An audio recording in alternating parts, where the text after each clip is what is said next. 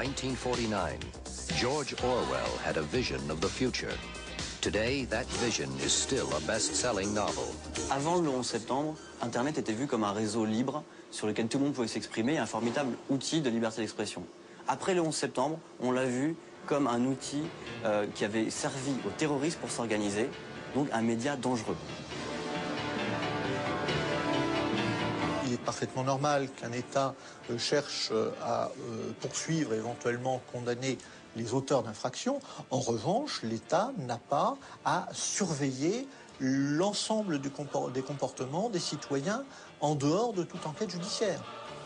Maintenant, aux États-Unis, les services de renseignement peuvent intercepter vos communications quasiment sans intervention judiciaire.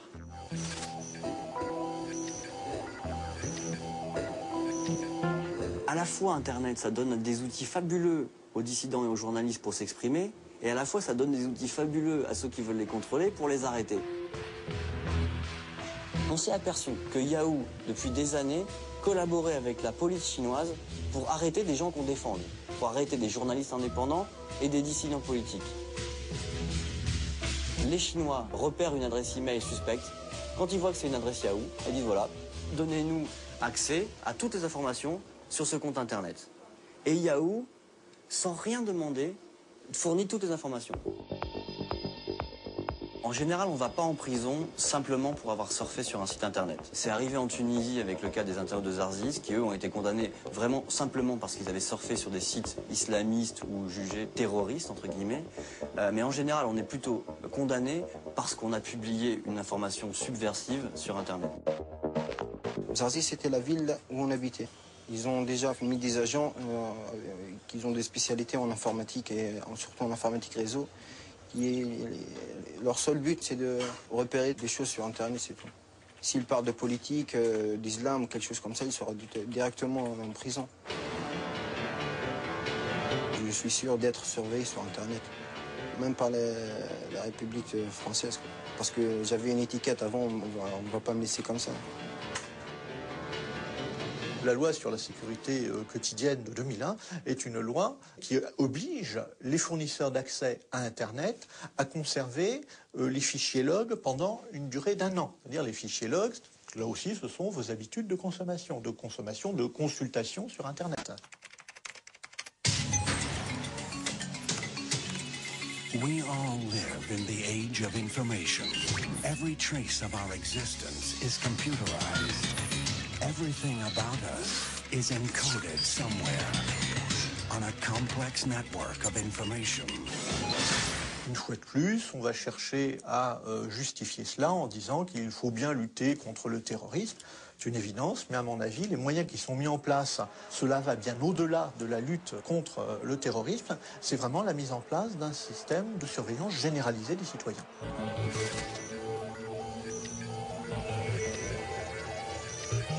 Une mise en partage sur un réseau peer-to-peer, par essence, c'est l'ouverture à un public extrêmement large, et pas simplement à votre voisin de palier ou à votre cousine, du contenu de votre disque dur. Toute mise en partage illégale d'un fichier copié peut être détectée sur Internet. Et comme ce sont généralement des comportements répétitifs, il y a des chances significatives d'être vus par des systèmes de repérage. Techniquement, je laisse des traces. Ça, j'en suis parfaitement conscient. Je pense que je suis, de ce point de vue-là, détectable facilement. Il y a des experts pour ça. Nous avons des batteries de serveurs qui sont à l'écoute de ces réseaux de téléchargement. Ouais, commissaire, c'est la gendarmerie. Nous avons la capacité de détecter plusieurs centaines de milliers d'infractions par jour, si elles se produisent, évidemment. Fondamentalement, je ne me sens pas dans l'illégalité parce que la législation n'est pas très claire. Rien n'est fait pour... Il n'y a pas un moment donné où on vous dit stop. Et je n'ai aucune idée de ce que je risque du fait de ce genre de pratique. L'anonymat des machines n'existe pas. C'est-à-dire une machine est identifiable par son adresse. L'anonymat des individus est garanti par les fournisseurs d'accès Internet. Et cet anonymat ne sera ouvert que dans des circonstances réglementaires et juridiques très particulières. ici, on a l'original qui est donné par le client, et ici, on a les contenus qui sont trouvés sur Internet. Donc là, par rapport à l'original fourni par le client, on a ici une copie miroir qui a été retournée horizontalement. Ça permet de piéger les radars du pauvre. Nos radars, eux, sont capables de reconnaître ce type de contenu. On parle de milice du net ou de police parallèle du net, ça n'est absolument pas le terme approprié. Il faut nous comparer aux radars automatisés le long du périphérique.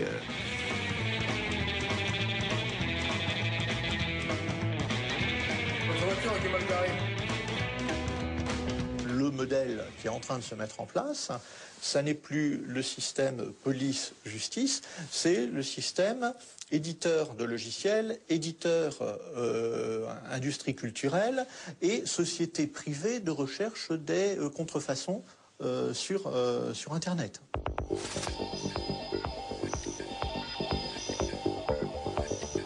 Lorsqu'un utilisateur vide ses données, en fin de compte, il efface que la première lettre de son fichier et le fichier est toujours entièrement présent sur le disque dur. En tant qu'expert à la Cour d'appel de Paris, je reçois une ordonnance de commission d'experts de la part d'un juge d'instruction et il me cite les scellés que je vais avoir à analyser et la mission qu'il me demande d'accomplir. Alors on a ici un ordinateur, tout ce qu'il y a de plus standard.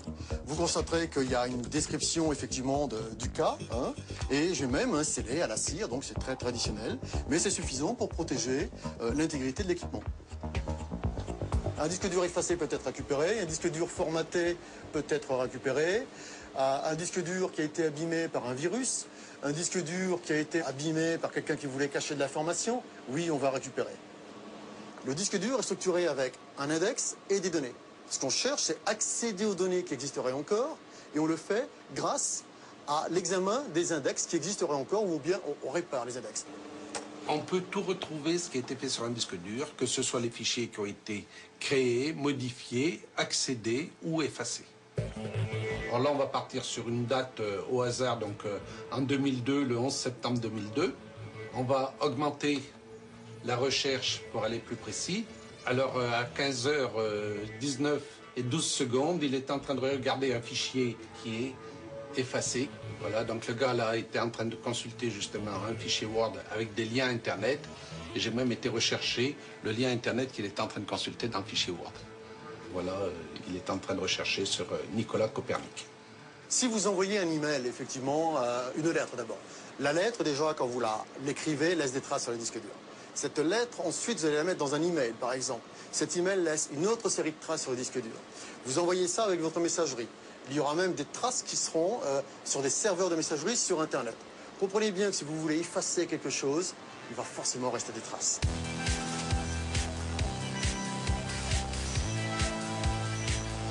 Lorsque l'on sait sur Internet, eh bien, on va laisser tout un tas de traces qui, lorsqu'elles sont regroupées, peuvent permettre de savoir quels sont les goûts, les habitudes, la catégorie socio-professionnelle, les opinions politiques et religieuses des utilisateurs pour pouvoir ensuite leur communiquer de la publicité plus ciblée et vendre ses profils consommateurs. Les banquiers stockent de l'information privative sur vous et ils n'ont pas le droit de le faire et ils le font. Parce qu'ils font comme tout le monde.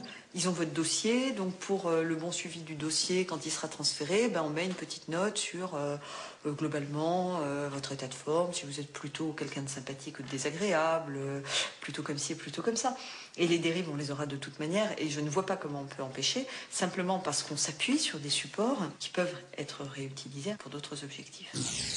It is no longer safe to transmit information. Phones, computers and satellites are all vulnerable. Sur l'Internet, on a les mêmes criminels que dans la réalité, si je puis dire, simplement le champ d'action est démultiplié.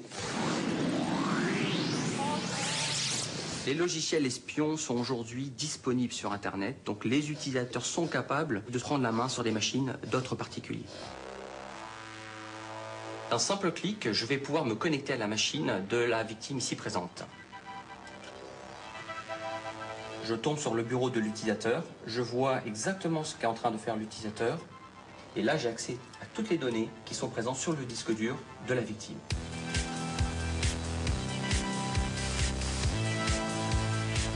Les gens susceptibles d'utiliser ces outils sont de deux types. Vous avez le jeune hacker qui souhaite prouver au reste du monde qu'il est capable de prouesses techniques.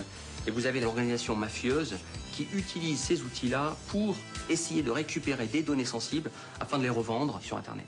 Soit pour une opération de spamming, c'est-à-dire d'envoi de masse de publicité non désirée, soit pour aller, je dirais, en complément du phishing. Le phishing, c'est l'envoi d'un email se prétendant être d'une banque, d'un opérateur télécom ou d'un site d'enchères et qui va demander à la personne son identifiant, son mot de passe, son numéro de carte bancaire, son code confidentiel. Le phishing, c'est ni plus ni moins que de faire passer un site pour un autre, de collecter de l'information personnelle concernant les gens, donc qui peut être de l'information concernant leur vie privée, leur compte bancaire, des codes d'accès à des informations qui leur sont propres, à des fins détournées. Moi, je me suis fait piéger sur Internet. Sauf à être un tout petit peu informé, sinon vous tombez dans le piège. Et on ne va pas vous voler beaucoup, on va vous voler 20 €, 30 €. Vous allez évidemment vous dispenser de porter plainte parce que les sommes ne sont pas assez significatives. Il faut prévenir les gens autant que possible, même lorsqu'on reçoit un programme envoyé par un ami. Celui-ci n'est peut-être même pas au courant qu'il vous a écrit un mail, puisque c'est un virus qui se trouve sur sa machine qui vous écrit. Il ne faut pas trop angoisser, mais une certaine méfiance saine est tout à fait utile.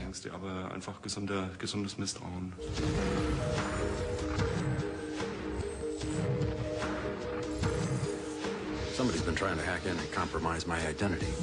You think somebody got my information off the internal network? Don't worry about this. I'll clean it up. Les cybercriminels ont effectivement constaté que c'était simple pratique, facile à dérouler puisqu'on peut le dérouler depuis n'importe quel pays dans le monde et que par conséquent c'était un outil qui était probablement bien plus efficace que d'aller cambrioler une banque avec un bas sur la tête et un revolver à la main. This is about robbing the bank, isn't it? You have to do whatever they want. I spent 20 years trying to protect this bank. How do you expect to get in and out of here? You design the software. You find me a way in.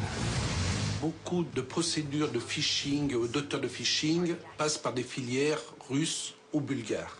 Mais ça ne veut pas dire pour autant que ce sont ces pays ou des personnes, des nationaux de ces pays qui sont derrière. La délocalisation complexifie bien sûr l'action judiciaire.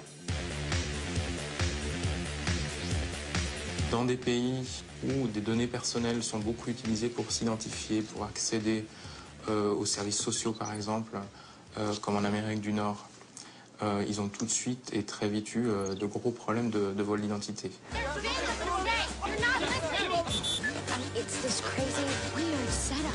Dans ces opérations de phishing, on va plus loin que de vous demander d'identifier un mot de passe. On va vous demander votre date de naissance, bien sûr le code confidentiel de votre carte, votre adresse. Et à partir de cet état civil, eh bien, on va pouvoir construire une identité qui permettra à des criminels eh bien, de pouvoir voyager. My name's Hope Cassidy. I just arrived from America and someone has taken my passport, my credit cards, my bank accounts, everything. Someone has taken me.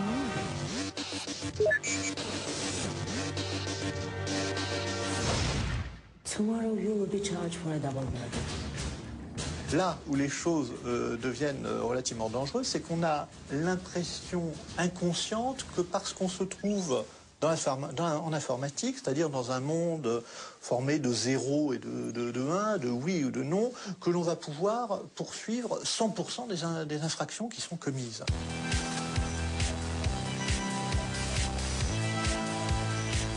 Un logiciel intrusif, c'est un logiciel qui, sans qu'on connaisse sa présence, ou même si on connaît sa présence, on ne connaît pas forcément l'intégralité de ses fonctionnalités, ce logiciel va surveiller ce que vous faites et va envoyer un certain nombre d'informations à la personne qui l'a installé. Par exemple, Google Search permet de faire une copie provisoire pendant un mois du contenu de tous les ordinateurs que j'utilise simplement pour pouvoir me permettre d'accéder au contenu de tous ces disques durs. Oui, on vous trace, mais vous êtes tracé partout. Vous allez chez Auchan, vous faites vos courses. Si vous avez la carte Auchan, ils tracent l'ensemble de vos courses. Vous allez recevoir des lettres vous proposant des promotions sur des produits qui correspondent à votre profil. Vous êtes suivi partout, partout, partout, partout. L'un des risques possibles, c'est que quelqu'un, par exemple un État, puisse chercher à distance Sans même se connecter sur son ordinateur, il suffit de se connecter sur la copie qui se trouve chez Google pour recueillir un certain nombre d'informations. Pour moi, il y a un véritable danger démocratique. C'est pas comme ça qu'on fait dans une démocratie. Sur tous les sujets, on nous dit en gros, vous n'avez rien à cacher, donc vous devez être transparent. On a simplement une vie privée. Même quand on rentre dans une entreprise, on reste un citoyen. Les droits doivent s'appliquer à chacun d'entre nous. On doit avoir une forme de liberté, d'indépendance et d'autonomie.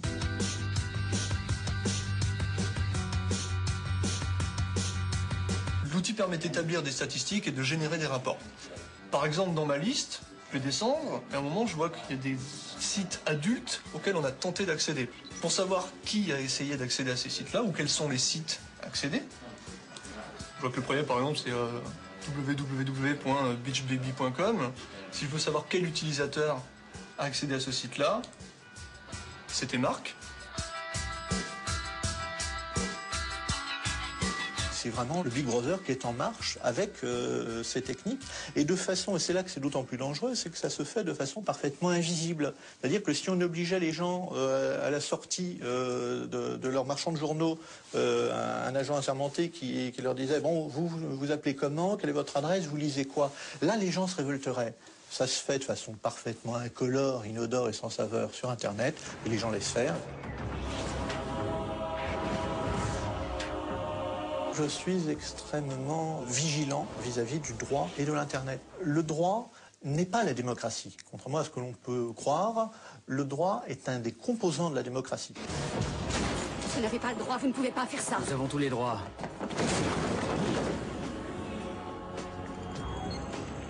C'est vrai. Brûlez-le. Le plus bel état de droit que la Terre ait jamais porté, c'est l'Allemagne nazie. C'est-à-dire que le droit permet effectivement la démocratie, à condition d'ajouter quelque chose en plus, c'est sans doute quelque chose comme la liberté.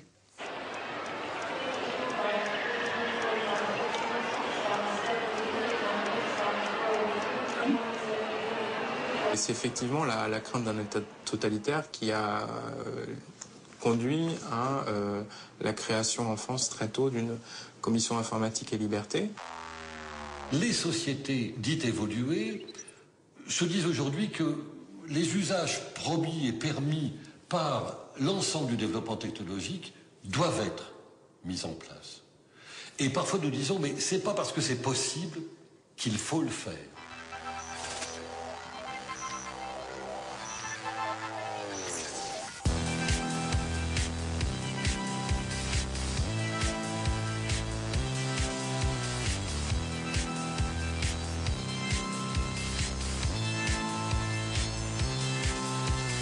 Le problème de toutes ces nouvelles technologies, c'est qu'elles sont à la fois banalisées, complexes et presque transparentes. C'est-à-dire que finalement, on a le sentiment qu'on n'est pas surveillé. Il y a une banalisation parce que par la force des choses, chacun s'habitue. Quand il y a une caméra quelque part, les gens disent tiens, il y a une caméra. Bien souvent d'ailleurs, les gens ont une réaction qui est quasiment de l'ordre de l'intérêt ludique, ce qui est quand même extraordinaire. Mais je pense que la racine de tout cela se tient dans la jeunesse. C'est-à-dire qu'en réalité, on a une grosse difficulté, c'est que les jeunes générations, qui ont toujours connu, au fond, l'ordinateur dans leur vie, n'ont pas du tout la même préoccupation et la même vigilance à l'égard de ces questions.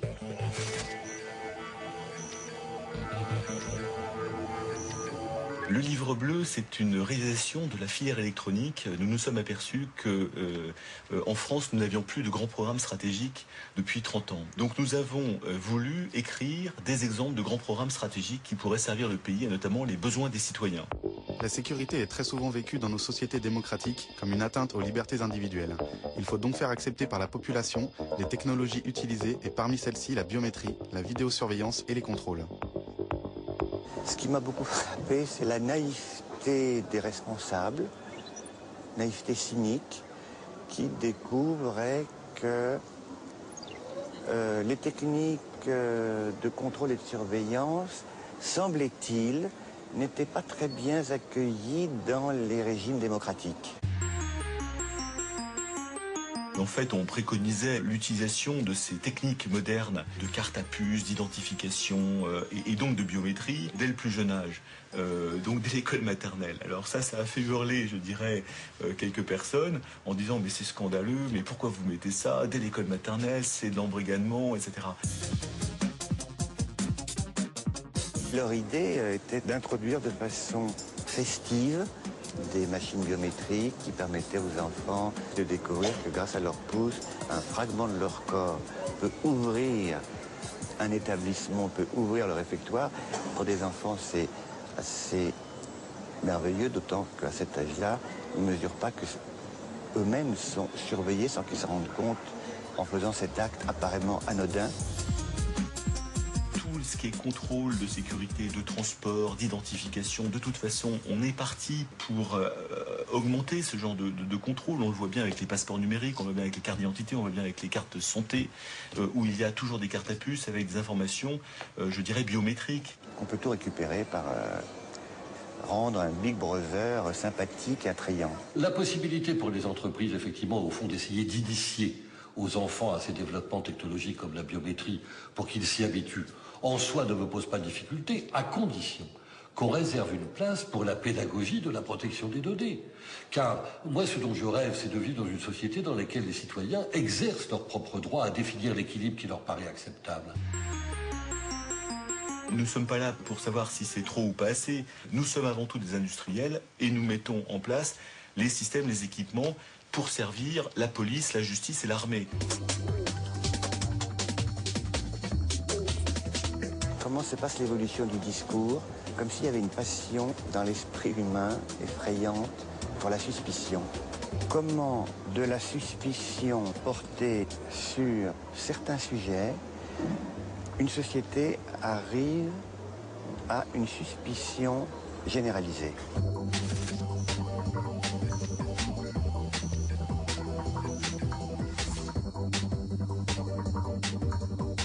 Le système biométrique nous permet d'avoir à la fois une sécurité de badgeage et un certain confort, puisqu'en fait c'est difficile de perdre sa main ou son doigt, alors qu'une carte magnétique ça se perd facilement. Nous, en tant que représentants du personnel, nous voulions une reconnaissance du temps effectué par les agents et la proposition qui a émané de notre direction en est arrivée à un système de flicage en fait. La sécurité n'est jamais très loin du flicage, puisqu'en fait à un moment il faut bien surveiller les gens. Alors cette surveillance on peut l'apercevoir de manière négative. En général, des gens qui n'ont rien à craindre l'aperçoivent de manière positive comme un supplément de sécurité. Dans beaucoup de petites entreprises, il y a très peu de moyens pour les salariés de réagir. On vous impose une nouvelle technologie, vous la refusez. On va vous expliquer que vous refusez de travailler. Ou on va refuser, ou on va vous dire que finalement vous avez quelque chose à vous reprocher.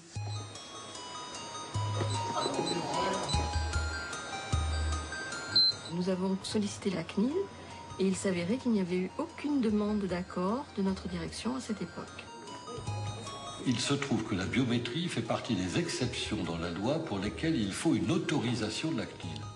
Alors le premier abus, ce sont toutes les sociétés ou collectivités locales ou autres établissements publics d'ailleurs, qui de temps en temps mettent en place des biométries sans avoir fait la procédure d'autorisation. La CNIL considérait que l'identification par l'empreinte digitale était quelque chose qu'on pouvait assimiler à une identification policière. Ce qui nous importait afin de protéger les agents face aux possibles atteintes aux libertés individuelles, c'était que ces mesures biométriques ne servent pas à constituer un fichier qui soit réutilisable à l'extérieur.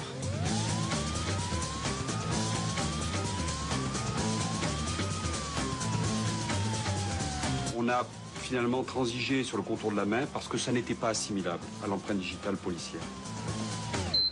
Si on nous pose le problème de l'utilisation d'une base centrale avec les empreintes digitales pour l'accès à un laboratoire de matières toxiques dans une entreprise, pour l'accès au tarmac d'un aéroport, à ce moment-là, ça peut se justifier. Donc on le voit, c'est chaque fois le critère de la proportionnalité qui doit s'imposer. La décision de la CNIL dont nous faisons l'objet a été une sorte de jurisprudence puisqu'un certain nombre de structures publiques ont ensuite utilisé cette jurisprudence pour leur usage personnel, en particulier beaucoup de mairies. Ça, c'est vraiment la gestion du temps, complètement. Voilà. On gère le temps avec ça. Je vous montrerai le logiciel, qui est un logiciel vraiment convivial, qui permet de gérer correctement. Les gens savent toujours où ils en sont. Les bornes biométriques, c'est-à-dire où on doit faire preuve de sa présence physique, soit par l'iris, soit par l'empreinte digitale, sont des outils qui ont tendance à se développer. On pose sa main, tant que j'ai pas serré tous mes doigts, voilà. Et une fois que j'ai serré mes doigts, ça passe. Voilà. Le fait d'utiliser des systèmes biométriques très élaborés, simplement pour surveiller le temps de travail, nous semble abusif. Là, il y a des systèmes de badges qui sont tout à fait classiques, qui doivent répondre aux attentes. Ce qui émanait aussi de notre direction, c'est qu'avec une carte, nous aurions pu tricher. On peut pointer avec une carte, mais cette carte peut être donnée à n'importe qui. C'est plus difficile avec une main, bien sûr. Et c'était un des buts qu'on a poursuivi, c'était effectivement d'éviter la fraude. Le fait de dire à... vous êtes tous potentiellement des voleurs ou des gens qui abusent, c'est pas quelque chose de légitime, parce qu'on doit avoir confiance quand même à ses salariés. Quand les gens savent qu'il y a un certain contrôle, même s'il n'est pas effectué, ils font attention, un peu plus attention. Donc ici, l'intérêt de cette convivialité, il suffit de double-cliquer pour arriver dans la fiche de sa journée. On sait ses badges, on sait son arrivée, on sait s'ils ont eu des congés, c'est écrit. Tout ça, on l'écrit dedans. On veut tout surveiller la salariée, on veut surveiller à la fois ses comportements. Et donc effectivement, on est soupçonneux vis-à-vis de lui, on lui fait pas confiance. Quelqu'un qui arrivera à 8 h tous les jours pour commencer à 8 h 30, au bout d'un moment, on peut lui poser la question, pourquoi vous arrivez une demi-heure en avance tous les jours? Peut-être qu'on peut aller jeter un œil sur le téléphone, voir si la personne ne doit pas utiliser le téléphone, le titre personnel. Non mais, voilà, il y a des raisons. Certains employeurs imaginent qu'on peut normer les salariés. Le problème, c'est qu'un homme, une femme, c'est pas une machine. Il a ses goûts, sa façon de voir la vie, les choses et son travail. Et les normes ne peuvent pas, sans provoquer de vrais dégâts psychologiques, imposer à une personne de nier sa personnalité. Toutes ces techniques modernes tendent à fortifier, à donner tous les arguments de la modernité à cette instance de surveillance. De façon négative, on peut se rapprocher de ce type de regard technique, scientifique, comme un regard qui met en danger la racine d'où naît en homme la parole, ce qui fait sa spécificité, comme le disait mon maître Lacan, d'être parlant.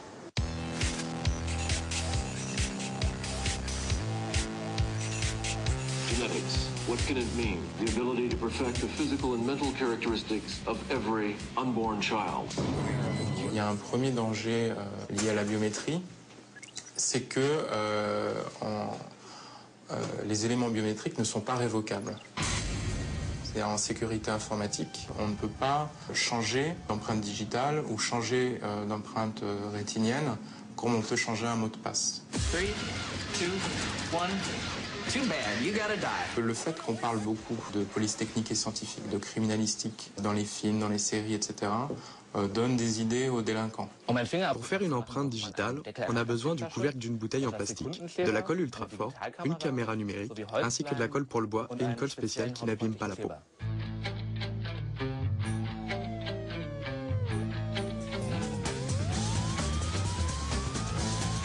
Il y a eu des exemples depuis des années avec des espèces de doigts en caoutchouc, etc., qui tiennent plus lieu du côté ludique de la chose, à mon sens, même si c'était des attaques avérées. Les systèmes biométriques ont évolué par rapport à ces menaces qui vont arriver et que l'on ne connaît pas aujourd'hui. In the not too distant future, our DNA will determine everything about us. A minute drop of blood, saliva, or a single hair determines where you can work, what you're capable of achieving. L'ADN, il faudrait qu'on puisse le comparer rapidement, en quelques dixièmes de seconde. En l'état actuel, la technologie n'existe pas. In a society where success is determined by science.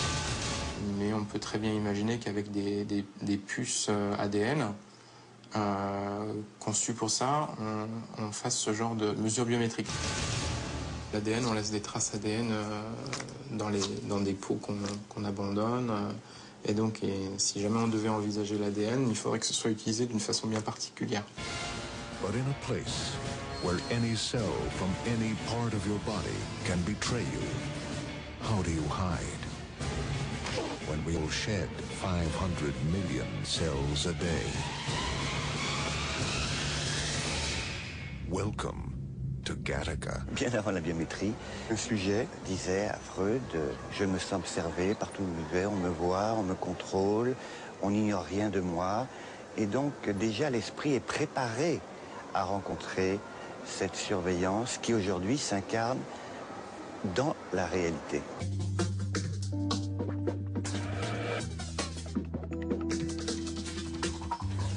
Le passeport électronique répond effectivement à une exigence de sécurité, ou en tout cas à la mise en place de normes de sécurité pour réduire les risques de falsification ou rendre plus difficile, voire impossible, une contrefaçon.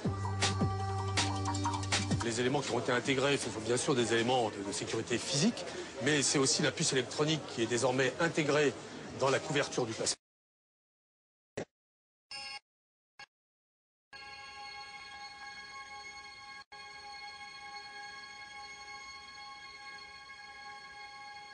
Il n'y a pas de risque que les individus soient à terme tous identifiés par une puce qui serait placée sous la peau, peut-être à la naissance.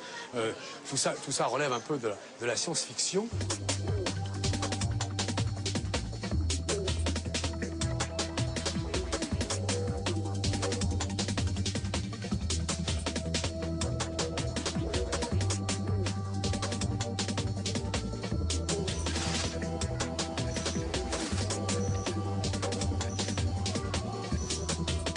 RFID, c'est en anglais, c'est Radio Frequency Identification, donc identification par radiofréquence. Un tag RFID est constitué de deux éléments, une puce et une antenne. Ces deux éléments vont être connectés ensemble et c'est ce qu'on va appeler l'étiquette électronique ou le tag RFID. À partir de là, on va avoir un système émetteur ou récepteur qui va s'appeler la station de lecture, qui va permettre de communiquer avec cette étiquette et on aura à ce moment-là un transfert d'informations qui va se faire entre l'étiquette RFID et la station de lecture. Les informations qui sont dans la puce sont un petit peu celles que va vouloir l'utilisateur ou le client final. On va vraiment rentrer les informations qui seront propres au produit et qui vont pouvoir éventuellement dans le temps évoluer, donc ce sera vraiment le passeport du produit. On peut cacher les étiquettes RFID en les cousant dans la couture d'un vêtement. Elles peuvent aussi être dissimulées entre les couches de semelles de chaussures ou glissées entre les épaisseurs de carton des paquets d'emballage. Il est donc fort possible qu'il y ait une étiquette RFID sur quelque chose que l'on porte ou que l'on tient sans même qu'on ne le sache. Les applications RFID que l'on a depuis 10-15 ans sont sur des produits de luxe où là encore il y a un souci, je dirais, aussi de marquage et de contrefaçon. Le secteur hospitalier également a été une très forte demande et puis les grands secteurs comme le courrier, le tri-postal, l'industrie du bagage. Le gros avantage de la technologie RFID, c'est qu'elle permet de stocker et de transférer des quantités d'informations beaucoup plus importantes que les étiquettes classiques, que ce soit des étiquettes code-barre ou des étiquettes imprimables. Donc pour nous, c'est tout à fait intéressant de pouvoir embarquer de l'information en forme numérisée, de la faire voyager avec l'échantillon, de pouvoir l'échanger avec d'autres banques. Et puis, bien sûr, on a un problème qui est commun à toutes les informations médicales, qui est un problème de confidentialité. Il y a un certain nombre d'informations qui sont des informations médicales, qui ne doivent pas tomber entre toutes les mains. Et pour nous, donc, c'est important qu'un outil qui va faciliter le transfert d'informations assure néanmoins le respect de la confidentialité et ne puisse encore une fois être lu que par les gens qui y sont autorisés. Cette technologie est parfaite pour pister quelque chose ou quelqu'un. C'est très efficace pour un tel objectif. C'est pour cette raison que Walmart l'utilise pour suivre les paquets qui arrivent dans leurs entrepôts. Mais cela donne aussi aux compagnies la possibilité de suivre à la trace leurs clients. L'étiquette RFID peut se lire sans être vue. Plusieurs étiquettes RFID peuvent être lues en même temps, contrario au code à barre. Ce qui veut dire qu'on va avoir là une possibilité de lire toutes ces informations très rapidement sans voir l'étiquette RFID.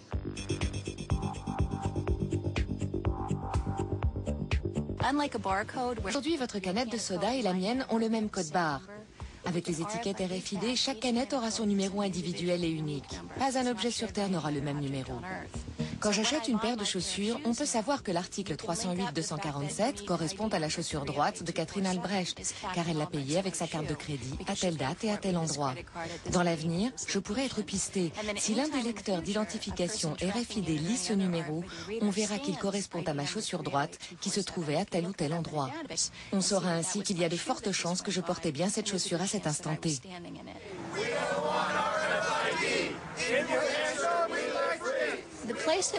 Nous avons limité l'utilisation de la RFID concernant l'étiquetage des marchandises. Nous la refusons. On ne doit pas pouvoir mettre des étiquettes sur des marchandises que les gens achètent, portent, louent ou utilisent de quelque manière que ce soit. Cela risquerait de poser de sérieux problèmes. Le problème, c'est la possibilité, effectivement, de doter des personnes de puces, je l'espère avec leur consentement. Et à ce moment-là, le problème qui se pose, c'est effectivement de savoir si nos concitoyens pensent qu'il est justifié, j'ai vu qu'en Espagne, par exemple, ça se faisait, de se faire implanter par une seringue une puce RFID pour entrer dans un club, un établissement quelconque.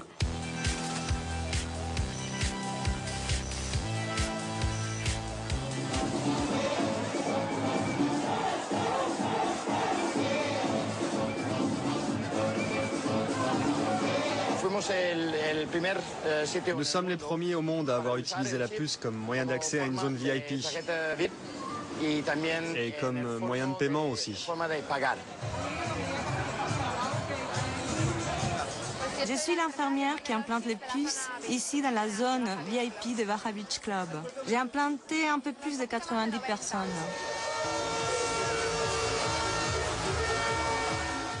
Ils te mettent la seringue comme ça et ça fait un plip.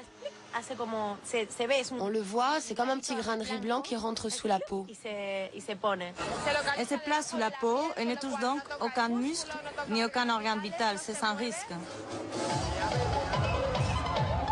Là, il y a une sorte de piston. Une fois que l'aiguille est enfoncée sous la peau, on appuie sur le piston qui, grâce à un dispositif de sécurité, place la puce sous la peau de manière à ce qu'elle ne puisse pas remonter. On n'a pas besoin d'amener d'argent, de présenter de carte d'identité, ni quoi que ce soit, puisqu'il t'identifie avec le lecteur. C'est plutôt pratique.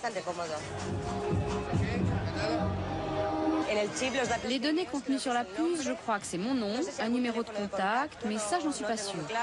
Et le seul qui me reste. C'est comme un tatouage invisible. Les gens me disent qu'ils ne s'implanteraient pas une puce, mais moi, je suis sûre qu'un jour, ils en auront tous une sous la peau.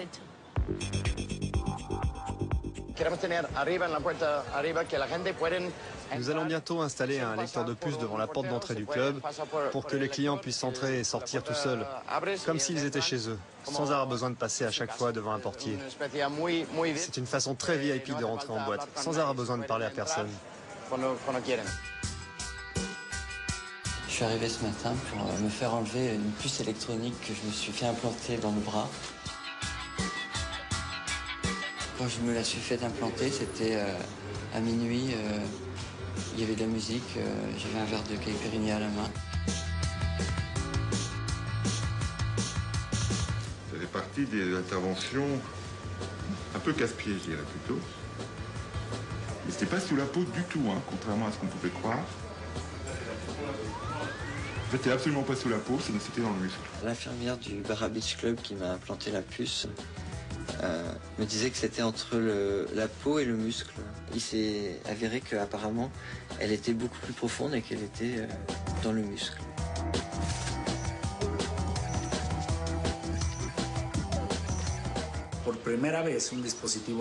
Pour la première fois, un dispositif électronique peut être encapsulé et implanté dans le corps humain sans risque ni effet secondaire.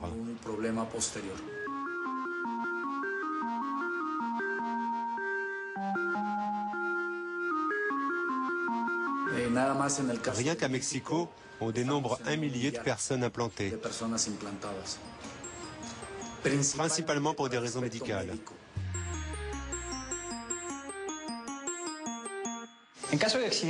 Si j'ai par exemple un accident, les urgences ou les médecins de l'hôpital qui m'accueillent ont juste à appuyer sur le bouton qui est ici pour récupérer automatiquement un numéro spécifique et unique de 16 chiffres. Relié à une base de données, ce numéro permet d'accéder aux données personnelles du patient, à son identité, comme son nom, son âge, son état de santé, ses antécédents, le type d'assurance dont il dispose, les données personnelles qui prévenir en cas d'urgence.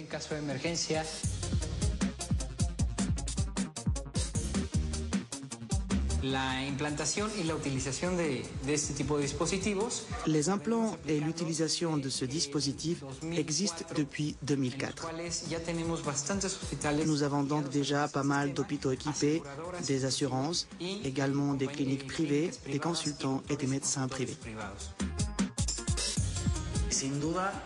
Je n'ai aucun doute, nous allons assister très prochainement à une violente explosion du marché de la RFID.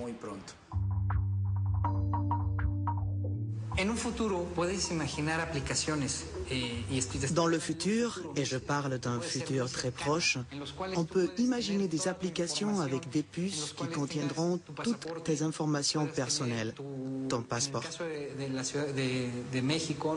À Mexico, par exemple, où nous travaillons avec l'Institut fédéral électoral, la puce pourra servir à la fois de carte de lecteur, de carte de crédit.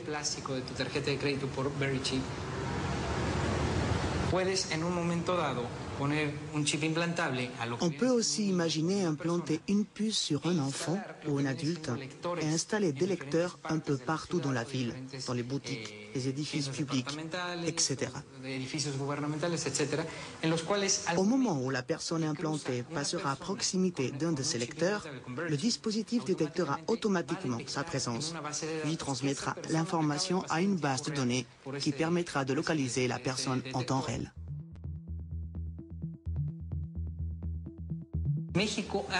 Mexico a été précurseur sur cette technologie, grâce à une entreprise mexicaine et des ingénieurs mexicains pour des applications au Mexique.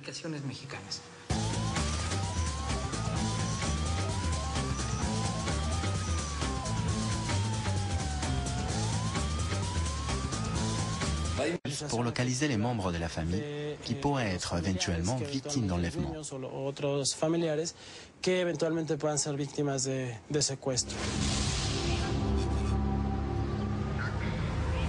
Ils m'ont d'abord emmené dans la bagnole et puis après ils ont commencé à me palper. Alors je dis pourquoi tu me palpes? Oh ben on veut savoir si tu n'as pas un appareil où on puisse te détecter de n'importe où par satellite. Ici même à Mexico, les entreprises qui investissent dans ce type de puces implantables les offrent carrément, gratuitement. Et nous savons que les gens qui ont peur d'être victimes d'enlèvement, ceux que nous appelons les séquestrables, utilisent déjà la puce implantable.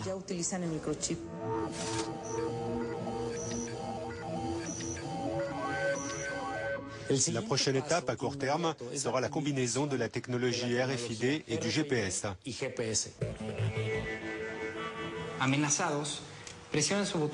Si vous êtes menacé, vous appuyez sur le bouton d'urgence de cet appareil de localisation qui n'est autre qu'un objet du quotidien.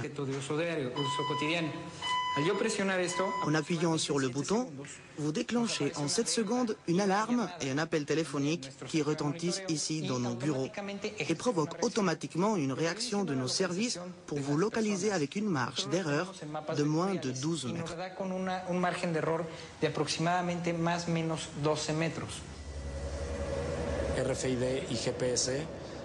Le RFID et le GPS sont deux technologies qui ont déjà commencé à converger. À moyen terme, il y aura beaucoup plus de produits qui combineront ces deux technologies. Dans les années à venir, le développement du GPS et du RFID amènera de nouvelles applications qui répondront à de nouveaux besoins.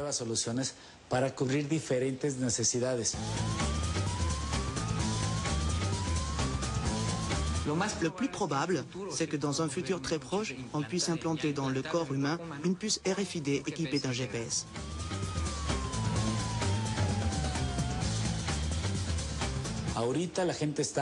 Pour l'instant, les gens utilisent cette technologie pour des raisons sécuritaires et de tranquillité. Mais je ne peux pas affirmer que ça ne changera pas, pourvu que nous ne connaissions jamais plus une situation comme celle de la Seconde Guerre mondiale, lorsque la technologie a été utilisée contre l'humanité. Si c'était le cas, cela pourrait recommencer, c'est une possibilité.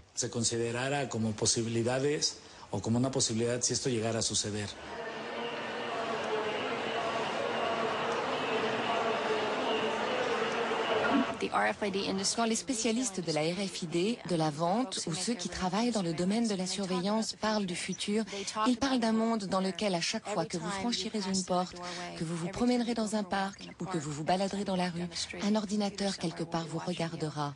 Il enregistrera chacun de vos mouvements et conservera des informations sur tout ce que vous portez et utilisez, jusqu'au point de connaître la taille et la couleur de vos sous-vêtements. Cette vision du futur que les partisans de la RFID nous imaginent me paraît effrayante. Dans ce futur, il n'y aura plus de confidentialité. Nos enfants grandiront sans même savoir ce qu'était l'intimité. Malheureusement, quand vous autorisez ce type de surveillance, alors ceux qui collectent l'information ont le pouvoir. En fin de compte, cela permet aux sociétés les plus influentes et aux gouvernements de pouvoir en abuser et de l'utiliser contre la population.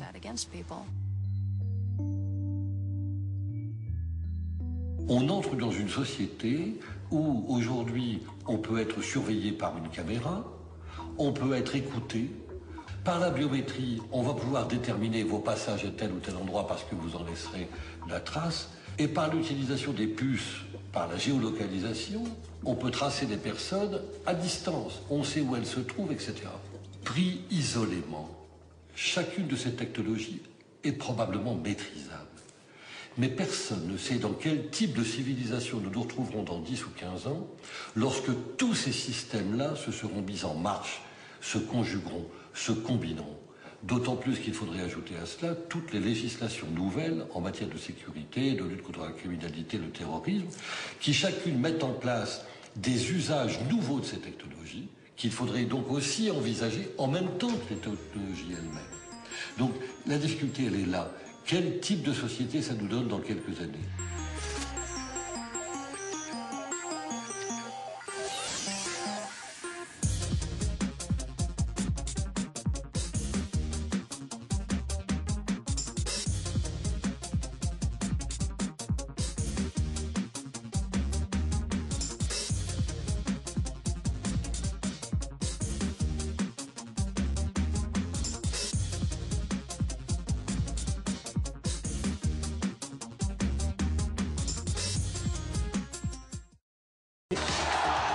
In 1949, George Orwell had a vision of the future. Today, that vision is still a best-selling novel. Avant le 11 septembre, Internet était vu comme un réseau libre sur lequel tout le monde pouvait s'exprimer, un formidable outil de liberté d'expression. Après le 11 septembre, on l'a vu comme un outil qui avait servi aux terroristes pour s'organiser, donc un média dangereux. Il est parfaitement normal qu'un État cherche à poursuivre, éventuellement condamner les auteurs d'infractions. En revanche, l'État n'a pas à surveiller l'ensemble des comportements des citoyens en dehors de toute enquête judiciaire. Maintenant, aux États-Unis, les services de renseignement peuvent intercepter vos communications quasiment sans intervention judiciaire.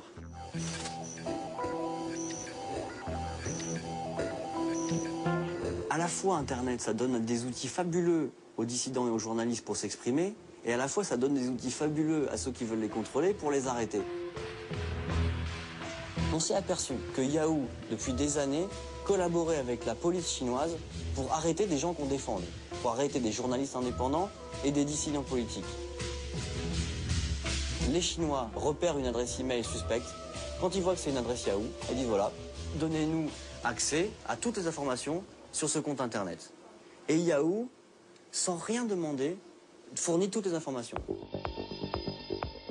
En général, on ne va pas en prison simplement pour avoir surfé sur un site Internet. C'est arrivé en Tunisie avec le cas des internautes de Zarzis, qui eux ont été condamnés vraiment simplement parce qu'ils avaient surfé sur des sites islamistes ou jugés terroristes, entre guillemets. Mais en général, on est plutôt condamné parce qu'on a publié une information subversive sur Internet. Zarzis, c'était la ville où on habitait. Ils ont déjà mis des agents qui ont des spécialités en informatique et surtout en informatique réseau. Leur seul but, c'est de repérer des choses sur Internet, c'est tout. S'ils parlent de politique, d'islam ou quelque chose comme ça, ils seront directement en prison. Je suis sûr d'être surveillé sur Internet, même par la République française. Parce que j'avais une étiquette avant, on ne va pas me laisser comme ça. La loi sur la sécurité quotidienne de 2001 est une loi qui oblige les fournisseurs d'accès à Internet à conserver les fichiers log pendant une durée d'1 an. C'est-à-dire les fichiers log, là aussi, ce sont vos habitudes de consommation, de consultation sur Internet.